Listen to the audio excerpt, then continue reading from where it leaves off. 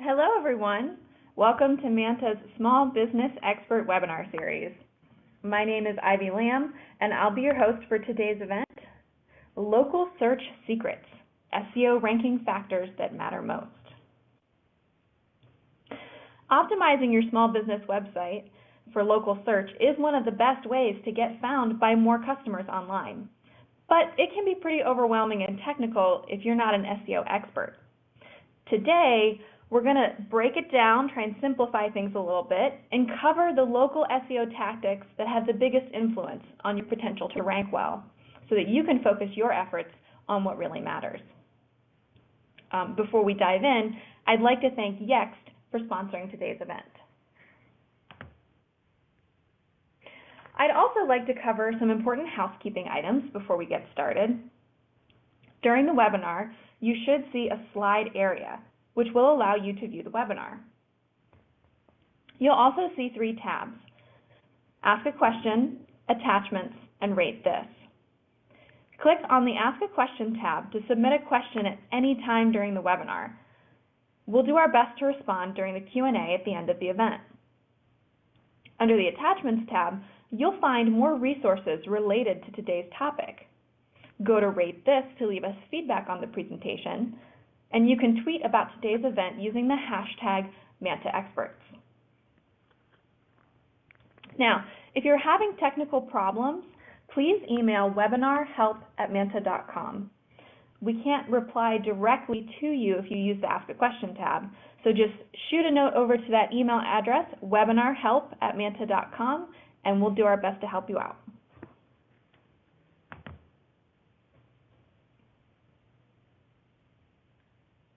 Now, on to our presentation. I'm excited to introduce our guest expert, Andrew Shotland. Andrew is the founder and CEO of Local SEO Guide, a leading search consultancy firm. He also edits the Local SEO Guide blog, which provides tips, trends, how-tos, and strategies for small businesses and marketers in the local search industry. Andrew is a frequent speaker on SEO, local search, and web strategy at conferences such as BIA Kelsey's Interactive Local Media, Directional Media Strategies, the Local Search Association, SMX, SES, Radio Inc., Deal 3D, and the Daily Deal Summit. So we're very excited that he's here to share some of his local search expertise with us. As a quick overview, we're going to start by covering some basics to make sure everyone knows what local search is and why it matters. Then, Andrew is going to walk through some concrete examples of what good local SEO looks like. He'll also talk about the factors that matter most and how you can best prioritize your SEO efforts. And again, at the end, we will save some time for a Q&A. So you can submit a question at any time during the presentation by clicking on the Ask a Question tab, and we will get to those questions at the end. Okay, now I'm ready to hand it over to you, Andrew. Thank you, Ivy. Good morning, good afternoon, everybody. Thanks for joining. I'm just going to jump right in and then really eager to get to your questions at the end of this. So let's just go full speed ahead. When we're talking about local SEO, we typically see with clients and small businesses, big businesses, everybody, is it's really a vague understanding about what local SEO really is. And so I'm going to first start and just kind of give you some examples of things that we tend to focus on. So basically, as I'm sure most of you know, local SEO is kind of the art and science of showing up in what we call the local pack, which are those local Google listings that show up when Google detects a local search. So in this case, Psychic Near Me, they show a bunch of map results or Google My Business results, and that's generally what we think most people think of when they think of local SEO. How do I show up there? But it's a lot more than that. It's also showing up in what we call the local organic SERP. So this is the results that are below typically these map results, but still get a lot of traffic. And you'll often see sites like Yelp and yellowpages.com show up in these kinds of queries. And a lot of local businesses do as well. But then there's also these kinds of results, which we call the local knowledge panel. And these are these kind of very large boxes that show up typically on the side of the results that when Google thinks that a URL or a business really deserves to be featured in the results because they're kind of like the highest authority result. And they don't do this just in local, they do this for all sorts of results. So if you searched a movie, you'd probably see one of these for the movie as well. But this is another example of, how can you show up in this kind of thing?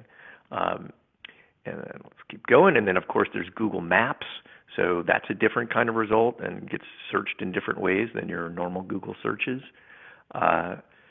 There's Facebook Local, so it's not just Google. So if you've had a conversation on Facebook recently and you've mentioned a local business, you'll see that Facebook automatically asks you to recommend that local business, write a little review, and they'll add that map right into the thread of the discussion.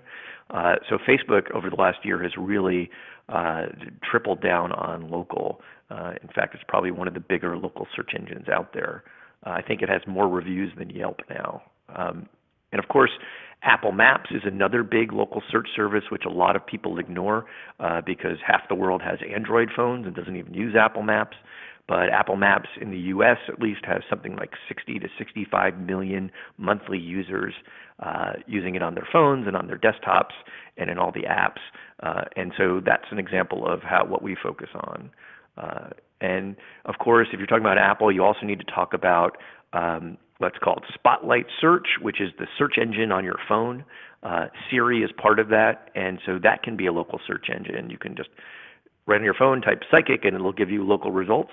Or you can ask Siri to find a psychic near me, and it will give you 3 Apple Maps results. And then everywhere else, there's literally thousands of places that people find local business information. Sites like Manta, Yelp, Superpages, Foursquare. Apple has a watch that has a map on it, so that's another place Apple Maps data shows up.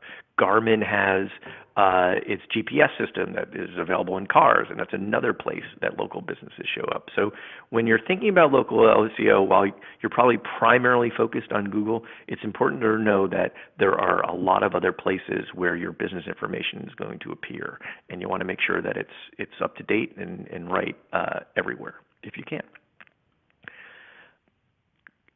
But let's start with Google. So there's, in general, a couple of different categories of SEO. I'm going to call them national and local. National is just everything else besides local, and there's shopping, image search. There's all sorts of different things there. But in general, how national SEO works is you have your website. You have words and images on your website. So let's say you have a page called Psychics in Pleasanton, where I live.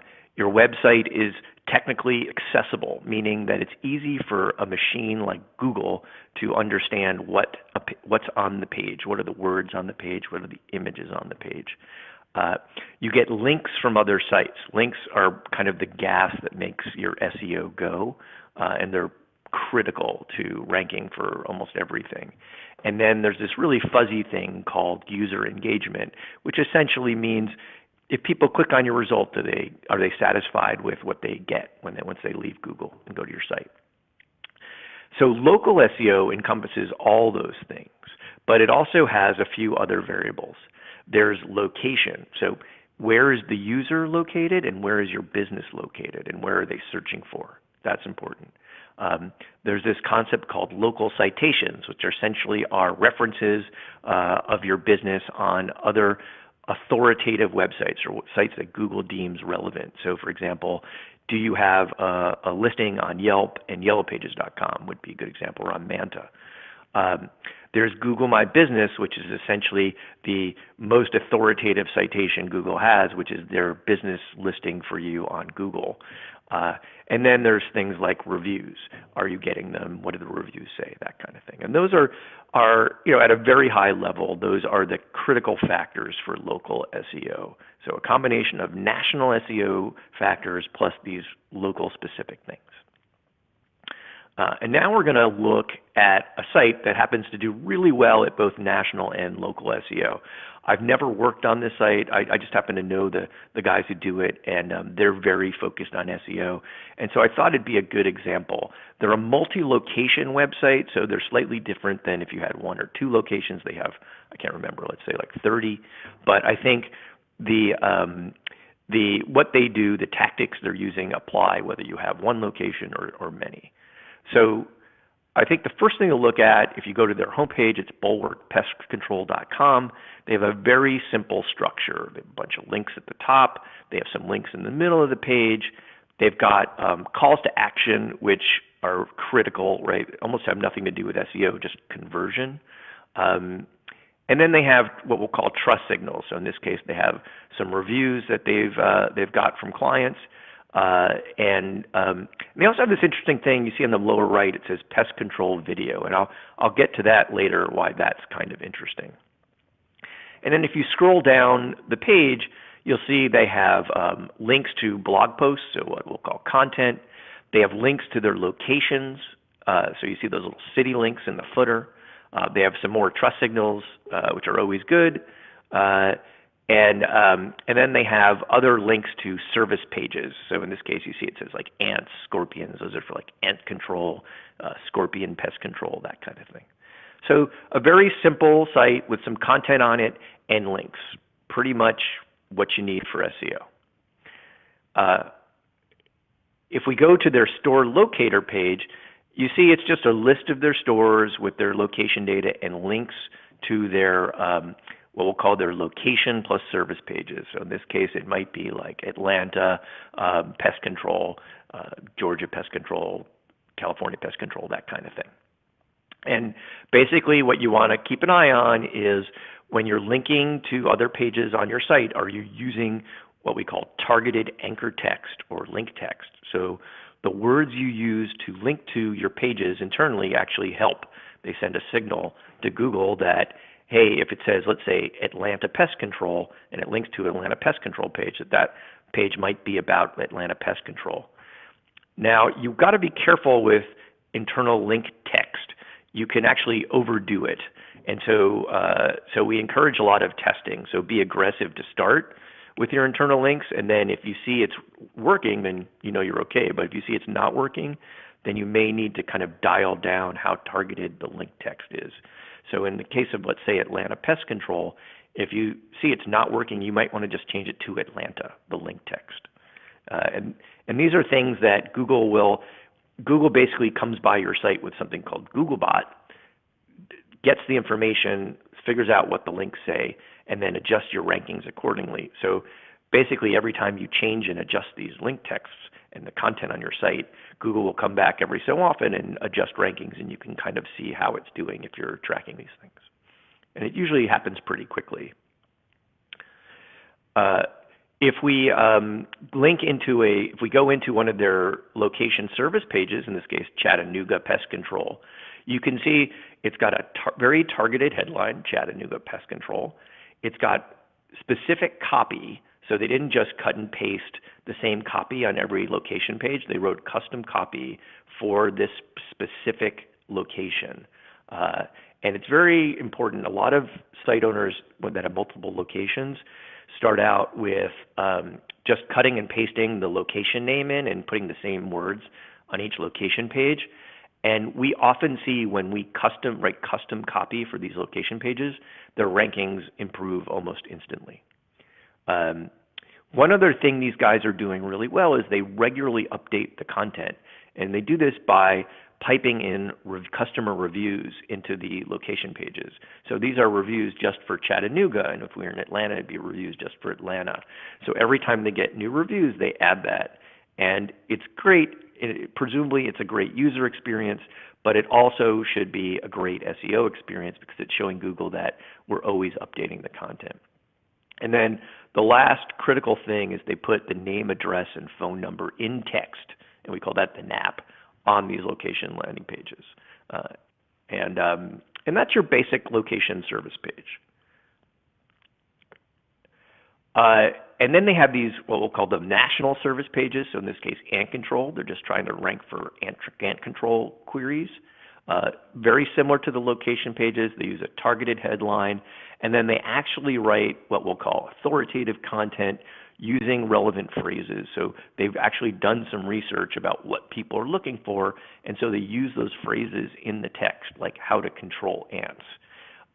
It's relatively simple to figure out what people are looking for by just searching Google. You can often see Google will show you related queries. So if I just say ant control, they might show me people are also looking for how to control ants. And so that's some really quick keyword research you can do by just typing what you think your target keywords are into Google and see what they show you as suggested queries.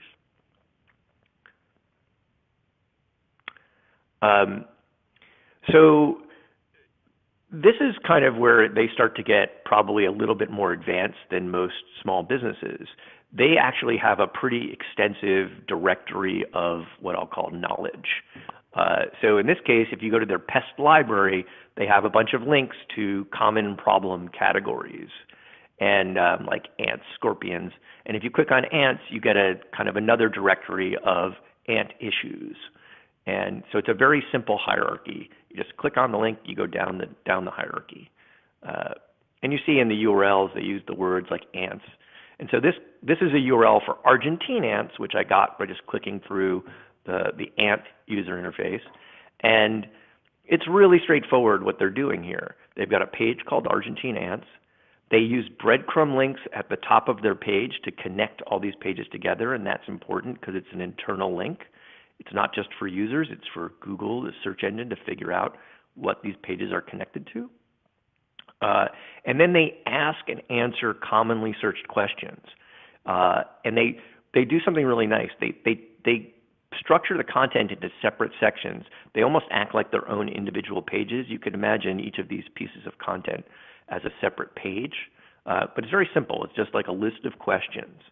And the reason why this is important is over the last couple of years, Google has started showing what they call instant answers in the results. So if you type like how to get rid of Argentine ants, they are going to show a extracted piece of content from a web page like this above all of the normal results. And that page is going to get a lot of traffic. And so this is a way to try to rank for those things by creating these well-structured pages that target specific questions by section. They also link to their related content. In this case, they have recent blog posts at the bottom left. And again, you always want to be linking internally to all of your pages with very clear link text. They also publish a fair amount on their blog. For anybody to rank well in Google, it's not just local SEO, it's all SEO. You kind of want to act like a publisher, meaning you're going to write stuff and put it out. You don't need to do this all the time, but the more you do it, the more likely you are to rank for stuff. Now, you could write 100 articles and rank for a bunch of irrelevant things. So like my website, Local SEO Guide, we rank for all sorts of stupid stuff that does nothing for our business. But we also write things on our site that target things specifically that we want to rank for. And so the more you write, the more likely you are to rank for things, and the more likely you are to attract links. And so we know that most small businesses can't do this or don't want to do this. But again, the more you do it, the better off you're going to be. But you don't have to do this, but it's just like going to give you an advantage. And I'll show you a real-life example. When I launched my blog in 2007, I published this piece pretty quickly after I launched it called How to Add a Business to Internet Yellow Page Listings for Free. It's an awful head title. I just did it to try to target a bunch of keywords and see if it would work. And it took me about 2 to 3 hours to write it and publish it. And you can see that traffic graph. Over time, this has become the most popular page on our website for search. It gets thousands of visits every month because it targets very commonly queries. And I've listed some of the queries in the presentation that this page ranks for, things like free Yellow Pages listing, how to list it on City Search, that kind of thing. And so this is an example of how very little effort kind of has paid off. I don't even know what the return on investment is. This is now almost 10 years old, and it's still generating thousands of visits to my site. And so this should be an encouragement to you that you don't have to be publishing all the time, but if you really put some effort into it, it can pay off tremendously. And if you go to this page, you'll see there's nothing particularly special about it. It's just a bunch of words. It has some good content on it. I update it every once in a while, but not very often. Okay. So perhaps you've heard about something called title tags. These are the things, and I'll show you an example right after this, that tend to show up in Google when someone searches for you. These show up as the links. And you can see Bulwark uses very simple title tags. They're just focused on the city plus whatever the search is, so cricket control, pest control, etc. And I'd say these are pretty basic. You should not be too afraid to kind of test different title tags and see what works well for you. Google is very quick to react to these. So you can update your title tags on your homepage, and the next day you can see them in Google. And maybe they'll help you rank better, and you've done well. If your rankings decrease, then you should adjust them, and the next day they'll probably come back. So don't be afraid to test your title tags a lot because Google is very forgiving. And let's see. And then you can see this is an example of what a title tag typically is. It's usually the blue link that shows up in Google. Google, though, does rewrite your title tags if it thinks that the person searching wants something different than what your title tag says. So don't be surprised if it doesn't always say what you put in there. There's also something called a description tag that appears in the text below the link sometimes. That's another thing you can add to your page. It doesn't necessarily help you rank any better. It just helps perhaps convert the searcher by seeing it. So for example, if you have free shipping, you might want to put free shipping in your description so it shows up right under your link, because that might be a compelling thing to click on. And each page that you have on your site should have a unique targeted title, description, and a headline. So try to avoid having the same words, exact same phrases on every page in these elements. Okay. So we're going to talk a little bit about video because these guys do it really well, and we find most small businesses and even big businesses are intimidated by video. If you have an iPhone or an Android phone, you can make a very quick, cheap video.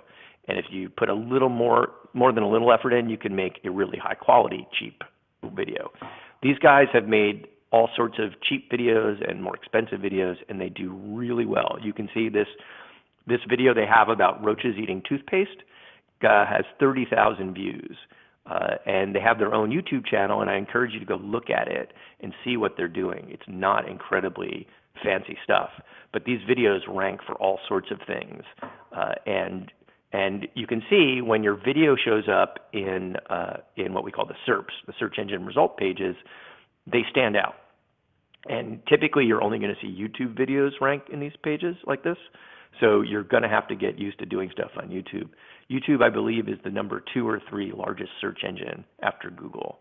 So a lot of your customers are likely searching on YouTube, so it's not a bad idea to have a video strategy. Again, this doesn't mean you have to spend thousands of dollars on it. It just means you have to spend some time on it. So that's essentially the SEO basics, or local SEO basics. Then there's an infinite number of minutiae there that we could get into, and when we have questions, I'm happy to try to answer any of them. But here are some kind of next level things you can try. There's this code called, or markup called schema, schema.org markup. And essentially, it's a way to signal a search engine or a machine that, let's say if you have a phone number, that this is a phone number, or if you have an address, this is an address. We definitely encourage you to mark up your NAP, your name, address, and phone number with schema.org/localbusiness. It's basically name, address, and phone number. So this is what it is. And if you have you should look through the schema requirements or recommendations, and you can find other things on your site that you might be able to mark up. And in general, this is going to help Google understand and display your information better. We recommend you make your location pages long, meaning write a lot of copy, add a lot of images. In our tests with clients and some studies we've done, longer pages tend to rank better than shorter pages. It's just one of those weird things we see that seems to work every time.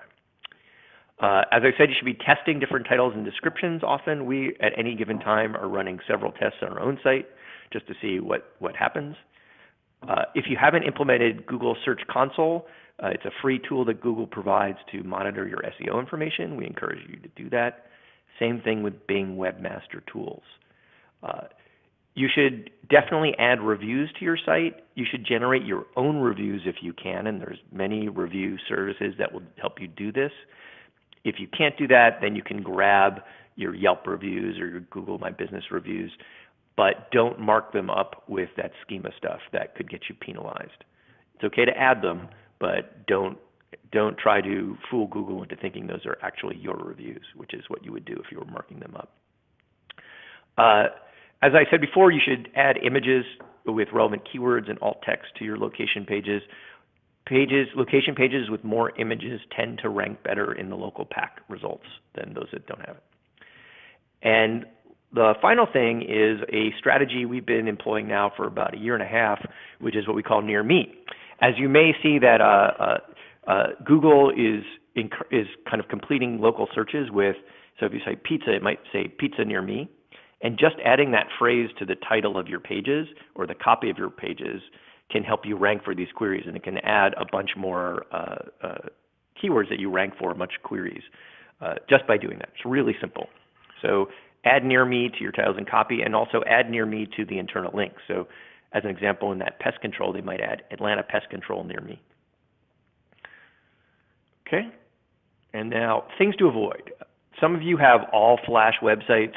Hopefully you're in the process of getting rid of them. We still see them from time to time. Do not have an all-flash website. Very hard for search engines to understand, and they don't work so well on mobile phones.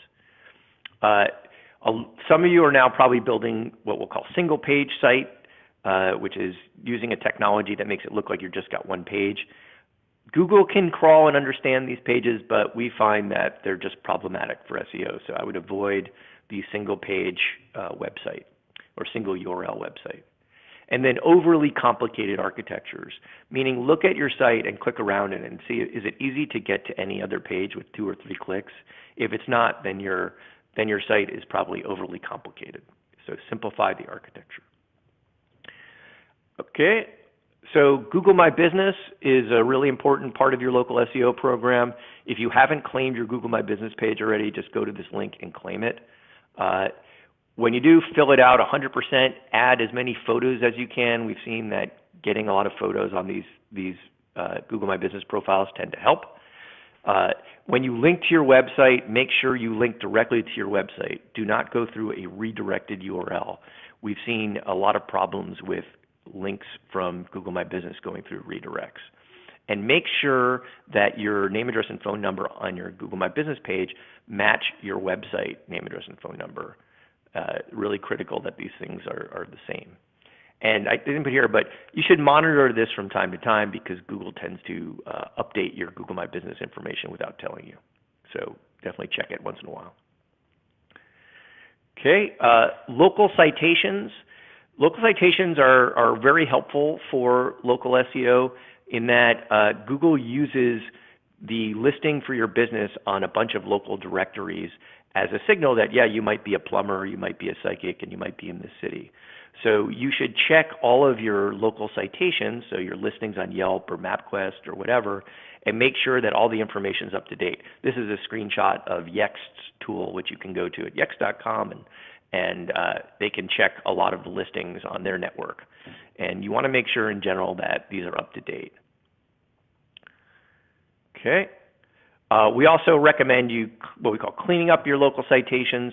This is a study we actually did with Yext about a year and a half ago, where we fixed citations by getting rid of duplicates, getting rid of redirected links from all their citations, and updating all of their name, address, and phone numbers to be consistent. And we saw a huge increase in the local pack presence and rankings for these listings. About a 23% increase just from doing this cleanup.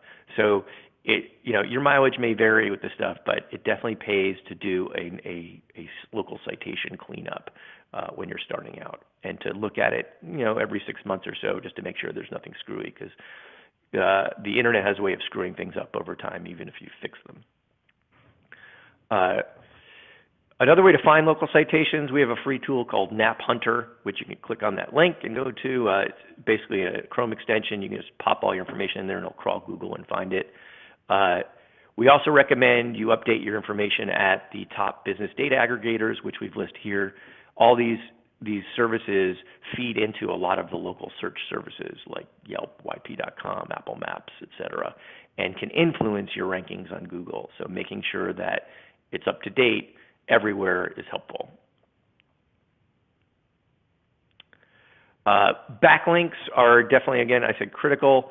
You need to be getting links over time if you want to really compete, particularly in the very competitive niches. Like if you're an attorney and you're not spending a lot of time and money getting backlinks, you're probably not ranking very well because your competition is. And you get links for other reasons. You want to get links that drive traffic and build your awareness. But in this case, I'm really focused on links that help you rank well, and hopefully they help you rank and do these other things. So ways to get links, there's a million ways. It's always a pain in the butt. But basically what you want to do is hit up friendly people, partners, vendors, customers, friends, etc., who have websites and say, can I get a link? You should be making news. So as an example, when Donald Trump, there was an article about 2 months ago when his digital marketing director, there was a big article about him, and I just wrote a piece on how bad that guy's SEO practices were, and that made news and got me a lot of traffic and a lot of links. You should sponsor local groups. So if you're a member of the Rotary Club or something, or a local kids group or something, a local soccer league, sponsor those and you can get a link. Hold local events. We do a lot of local event work for our clients. Events, there's a lot of event databases out there like Eventful and Eventbrite that will link to you and feature you. So hold local events. Give discounts. So for example, give discounts to local senior citizens, and the local senior citizens website might link to you. And then become a local resource. So here's the best things to do for Halloween, that kind of thing. And of course, do PR, so market yourself. We were speaking to an attorney last month who spends $600,000 a month in his city doing PR because he believes it helps him rank #1 for personal injury attorney in his city, which is worth a lot more than that. Now, that's an extreme example, but that's the kind of thing that people are doing, is marketing themselves that way. All right, things to avoid. Really tricky subject. Google tries to crack down on what they call link schemes. So try to be careful when you're getting links. Try to avoid getting links from spammy sites, and we can have a whole discussion on what's a spammy site. But basically, if they're linking to a bunch of gambling sites and porn sites or prescription drug sites, you don't want to link from them. If they're basically charging you for links, you want to be very suspect of what else they're linking to, and you just have to be careful. And there's no simple system for that, but be careful because Google can penalize you. And I'm sure a lot of you are working with SEO companies. They're doing some form of this, and it may be working really well. But what happens with these things is it works really well until the day it doesn't, and then you have to scramble and figure out how to recover. And we see that a lot happening in the local space. Okay, reviews. I'm not going to spend too much time right now because I'm sure there's some questions about reviews, but basically, businesses with a lot of reviews correlate strongly with positive local rankings. We see the words used in the reviews tend to influence what you rank for. And basically what you want to do is find out where your competition is getting reviews and get reviews there. Google, Yelp, and Facebook are pretty much the places to get reviews. But there may be some verticals. For example, if you're a hotel, you need it on TripAdvisor, right? User engagement is basically means how many people click on your link in Google and then stick around or don't go back to Google and do another similar search. We've done a bunch of tests on it and can definitely affect rankings in the short term. So the way to kind of win this is to have a useful site, meaning people click on it and get whatever they are looking for from you. And it's an easy thing to say, but there's no other way around it. Like, you have to have a good experience, or else you're going to have problems ranking. Google's going to start to demote you. And I'm sure there's plenty of examples of crappy websites that rank pretty well, but in general, that's what you want to focus on. So I've given you a lot of information, and I've given it to you quickly. So the question is, well, what do I do first? And so we've kind of tried to break this down into a prioritization chart, which we got from a big study we did on the local ranking factors earlier this year. So basically what you should do is focus on having simple websites with pages that target your top search queries and your name, address, and phone number. Claim your Google My Business page. Claim and clean up your citations. Get links. Regularly publish content, and then focus on getting more links. And the reason why we're hammering on links is, so we did this statistical study on local ranking factors for 35,000 businesses, and links by far was the biggest factor. And so if you can figure out a way to get links that are not harmful, and you can do it more than your competition, you will be definitely ahead of the game. Okay. And there you have my local SEO for SMBs. Now I'm happy to turn it over to you guys for questions. Yeah, thank you so much, Andrew. We already have a lot of questions, so we're just going to dive right in. We have a couple different people in the audience asking this, and I think it's relevant to a lot of our small business owners. With respect to Google and claim your Google My Business, what if your company doesn't have a brick and mortar location? Does that affect their SEO? Certainly. So Google seems to have a bias against what we call service area businesses, meaning I work in Santa Monica, Beverly Hills, Venice, California, Pasadena, but I'm not physically located there. Maybe I'm physically located in Manhattan Beach, let's say. And so Google will probably not want to show me as a business in Pasadena, which is 18 miles away, let's say. And so the way to get around that, or to try to get around that, because there's no simple way. First off is, can you afford a physical location in the area you want to rank in? That would be the number one thing to think about. You can rent an office space for very cheaply. You have to be careful that it doesn't appear that you're renting like a virtual office space that is flagged by Google, because a billion spammers rent the same thing. But if you can find a physical space for cheap and get a real name, address, and phone number there, that's your best bet. Most businesses don't want to do that, so things they need to do. You need to basically have a page that targets that particular query. So in this case, let's say Pasadena plumber. And then you need to get some links to that page, preferably some links that say Pasadena. And that's pretty much the way around it. Maybe you can get reviews that review you in Pasadena, use the word Pasadena. But it also depends on your industry, because there's a lot of industries where everybody's a service area business and no one has a location in the city. And in that case, you can compete more. But in general, you should be looking at what the guy who's ranking for, let's say, HVAC in this city is doing link-wise and review-wise, and kind of try to ape them. But that's kind of what you have to do. No easy solution. Thanks for clarifying that, Andrew. So we have someone asking about, and I think you sort of mentioned this at different points during your presentation. You talked about testing your page or testing your rankings. Could you just talk a little bit more about how you actually do that? So if the small business owner is kind of digging into some of this advice and kind of test, what does that look like? Really simple. You don't want to overcomplicate it. So you could set up rank tracking. So there's a billion rank tracking services if you want. Most of them are not particularly good for local businesses because there's not enough search queries to get accurate rank tracking, and rank tracking in general is not super accurate.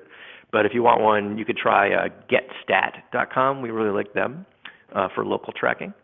And you can also use Google Search Console. They give you rankings, and most small businesses They don't rank for a huge number of keywords, so that's probably good enough.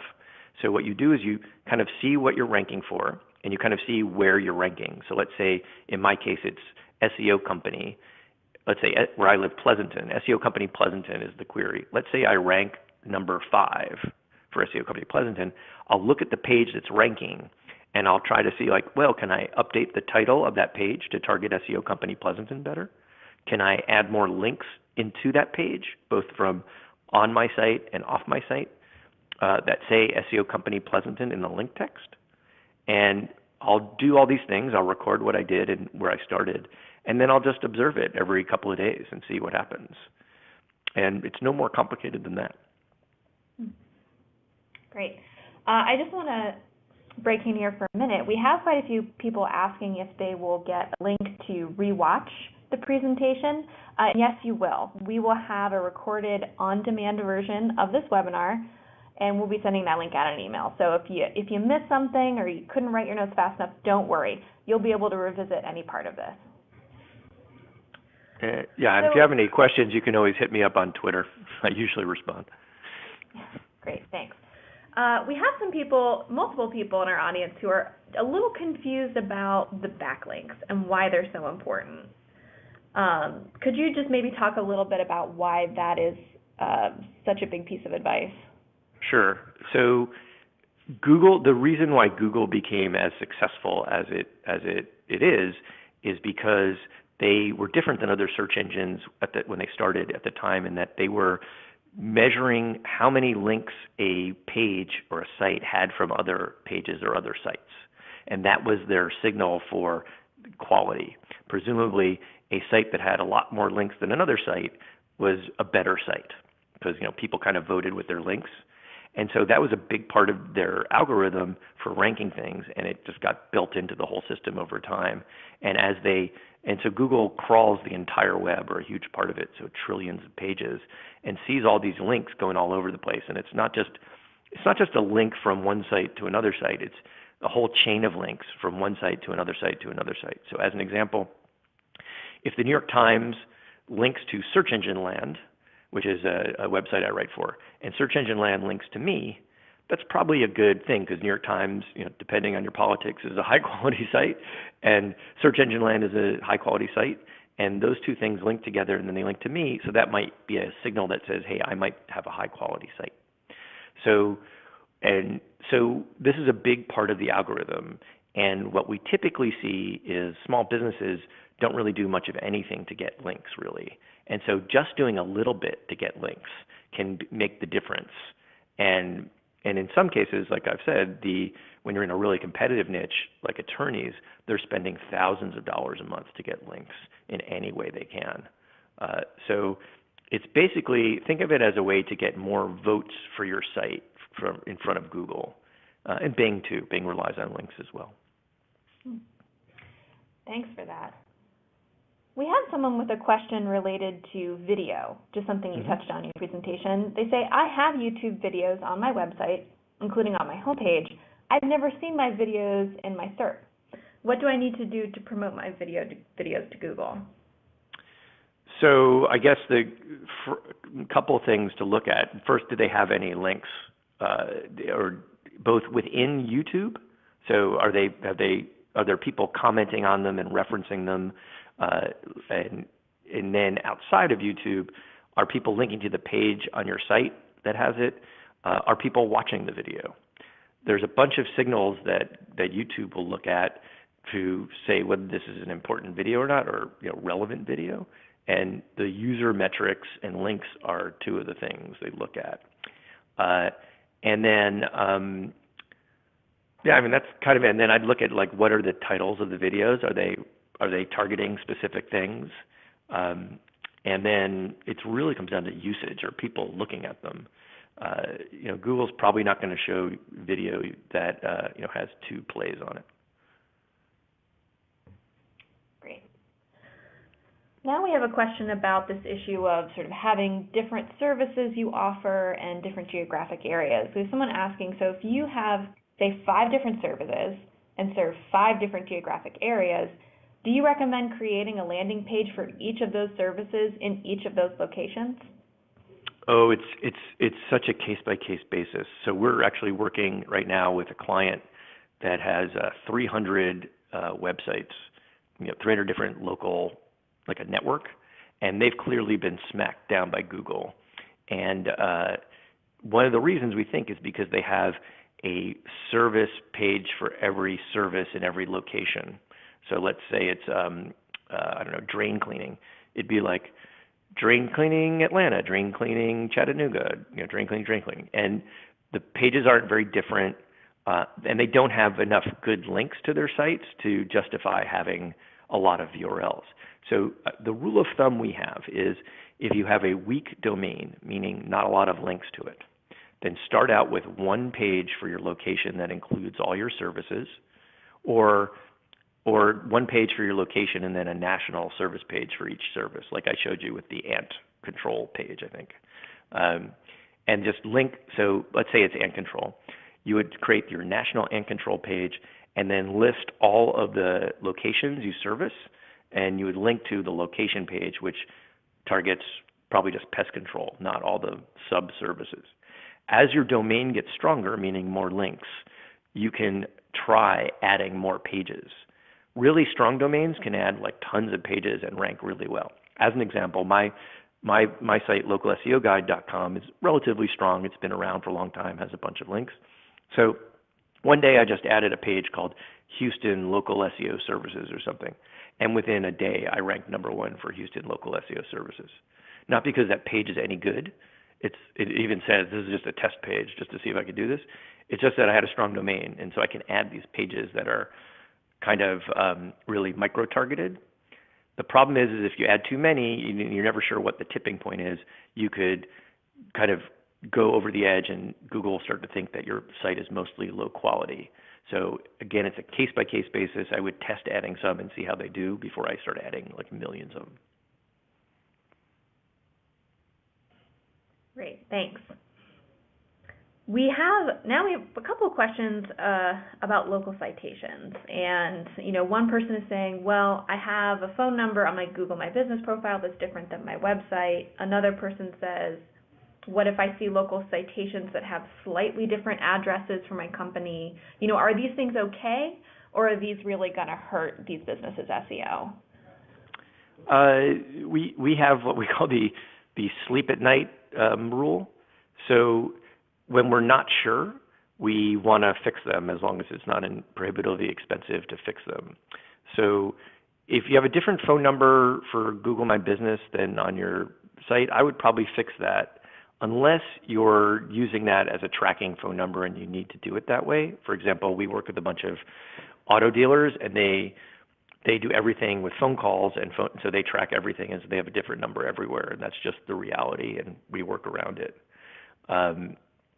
But in general, you want to make sure that everywhere you possibly can clean it up, you do it. Of course, that doesn't mean you have to go to 1,000 different websites. Focus on the biggest sites that you can. So, for example, absolutely on Yelp and yellowpages.com and Super Pages and Facebook, these sites that get a lot of traffic, you want to make sure that your data is all up to date. Even slight address differences could make a difference. I'm not talking about using the word street versus ST or Ave versus avenue, or maybe someone having a suite number and someone not.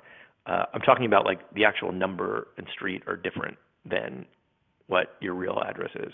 And one of the reasons why that's important is we've seen so many cases where you'll claim your Google My Business page, but because there's a bunch of data out there with a bad address, Google will change the address on you even though you've claimed it. And suddenly your customers can't find you. Same thing with Apple. We see a lot of that in Apple Maps where people can't, they have the wrong address, and people are, Siri's driving all over the place without having them find the business. Great. We have a question here from an audience member that I think is, a little more towards the basic side, but hopefully you can help clarify. They're wondering, we talked earlier about titles and headlines. They're wondering, what's the difference between title and headline, or maybe title tag? Not a whole lot in that. So the headline is what the user will see when they hit the page. the title is really for search engines or robot or machines. And so your title it historically has been one of the critical signals in what the page is about to Google. It's not as strong as it used to be. It's still really strong, but Google's gotten a lot better at understanding the page content. So what we typically do is we use the title to kind of test aggressive keyword targeting. So let's say it's Atlanta Pest Control. Maybe we'll say, Atlanta Pest Control dash free inspection. I don't know what the keyword would be. But the headline of the page will just say Atlanta Pest Control, because we don't want to get too aggressive in the headline. We want to make it readable. And so anyhow, that's the difference between the two for the most part. You can have them be exactly the same too. That's nothing wrong with that. Great. So looking at the big picture, we have someone who's wondering, is it more effective to get paid ads or work with an SEO company for better search results? Or is it possible for them to achieve the same results on their own doing the things discussed here in this presentation? So we never recommend SEO as a single channel because you're putting way too many eggs in a basket. There's a great article written by a big email company that almost went out of business, even though they're the top email company in the planet for secure email, because Google stopped ranking them for phrases like secure email or encrypted email. And so you can't rely just on SEO. Paid search or paid ads are a much faster way to get traffic. The problem is you're always paying for them. So you want to diversify your traffic channels with paid ads, SEO, social media, whatever makes sense for you guys, email marketing. And then can you do it yourself? Absolutely. You can do all of this stuff yourself if you want to spend the time. What we like to say over here is, it's pretty straightforward to unclog a toilet most of the time, but usually I want a plumber to do it because I don't want to do that and I want it done right. So we are totally into businesses doing it themselves. I mean, that's how we learned, is doing it ourselves. But oftentimes it's, as I've laid out a lot of things for you guys, and there's a lot of stupid minutia that it's just sometimes better to have someone who already has a system set up to do it. They can do it more effectively. But if you have the will, there's plenty of information out there about how to do SEO for yourself, and I would definitely encourage you to try to do it, because the biggest problem we see, particularly with bigger companies, like Fortune 500 companies, is they don't have a SEO culture, meaning they don't think it's important enough to internalize how to do this stuff, and they end up spending a ton of money on consultants and not really using them well. And so if you can, in your business, internalize SEO as part of your culture, I think you're going to be really set for the long term. Great advice. We also have a couple of questions around the theme of a website. So, we have a few different people asking if they don't have a website and they want to build one, or they want to redo their website, what out of the box, what's going to be easiest, what's the best format? Do you have any advice around creating websites that are going to be SEO friendly? I think so let's see, it's hard to say because there's all sorts of levels of complication. There's plenty of cheap website tools out there that are purport to be SEO'd out of the box. I can't think of one off the top of my head that's really awesome. I'm guessing Squarespace has something that's probably pretty good. We use WordPress, which can be great for SEO, but it also can be tricky because it requires more than just pushing a button. You have to kind of configure it and know what you're doing a little bit. But if you're kind of a beginner and trying to learn something, it's relatively straightforward to learn. But I would basically work with someone who's built websites before and see what they want to work with, and then sort of get a handle on how well have some of their clients SEO'd. But again, the best thing you can do is keep the site really simple. Think about, can you build a site that looks like it was built in 1999, but maybe it looks a little bit better, and that'll tend to SEO better than if it's more fancy. Mm-hmm. Great. Well, I think we have time for one more question. There's someone who's asking, how do we get ranked with Siri? This is a little specific, but that's a little more niche. But is it just the same, or is there anything unique to that? So ranking with Siri is a little tricky because in a way, there's no such thing as rankings because every result is very specific to the user, where they are and what they're looking for. So you can say sushi near me, and it's going to be different if I'm 10 feet away from where I just did that last search. But in general, there's a bunch of data providers that Apple Maps uses. Actually, if you go to applemapsmarketing.com, I list them all. It's on my blog about it. They're all listed there. And you want to make sure that your data is up to date on Yelp.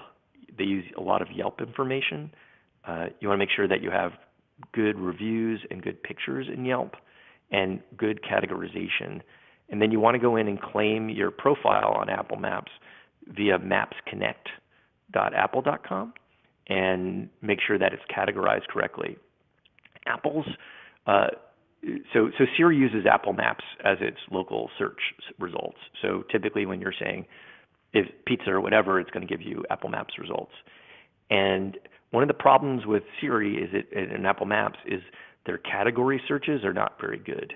So as an example, they don't we had a client that let's say it was called Pizza Me. It's not the real name, but Pizza Me. So if you search Pizza Me one word, it found their locations. But if you search Pizza space Me two words, it couldn't find their locations because it didn't understand the query was looking for a specific business. It was just looking for pizza restaurants. And so its search engine is really bad for kind of anything but basic category queries. For example, if you look for delicious hot dogs in Apple Maps, I get someplace in Puerto Rico for no reason. And so ranking well in Apple Maps, in my opinion right now, is all about having your data correct in Apple Maps, and that's about the best you can do. Okay, great. Well, I know there's so much interest in this topic. We had more questions than we had time for. Andrew, do you want to share how people can find you online, maybe follow up if they have more questions? Yeah, I'm always happy to talk about this stuff. So you can hit me up on Twitter. It's @LocalSEOGuide. You can also email me at info@localseoguide.com or andrew@localseoguide.com. And I'll get either of those. And happy to, I always like looking at problems that are weird and hard to solve, and sometimes I can actually solve them. Sometimes they're just interesting. Well, thank you for that. Everyone, I also want to remind you that we have some handy links in the attachment section to Local SEO Guide, the website. And I want to thank you, Andrew, so much for generously sharing your time and expertise with us today. We really appreciate it. Oh, thank you for having me. I'd also like to thank Yext for sponsoring today's event. And as I mentioned during the Q&A, this webinar is going to be on demand within 24 hours. You should be getting a link in your email if you registered for this webinar. So you'll be able to revisit any portion of it at your leisure. And please go check out our other webinars, which are also linked in the attachment section. We also have a feedback survey if you want to give us some more detailed feedback on this presentation. There's a link to that in the attachment section as well. Everyone, thank you so much for joining us today. We really hope you've enjoyed this presentation.